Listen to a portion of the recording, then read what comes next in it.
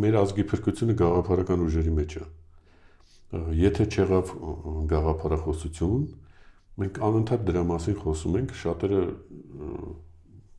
այսպես լավ չէին պատկերացնում, կամաց սկսում են հասկանալ ինչ ենք ասում մենք։ Եթե չկա գաղափարախոսություն, իրար նկատմամբ քաղաքական ուժերի խոսույթը դառնում է անձնական վիրավորանքներ։ Սա նրանց է ասում տականք եք, նրանք սրանց են ասում տականք եք, սրանք նրանց կոռուպցիաներ, սրանք նրանց եւ այլն։ Գաղափարախոսությունը չկա։ Այդ գաղափարախոսությունը մենք փորձում ենք մտցնել մեր կուսակցությունը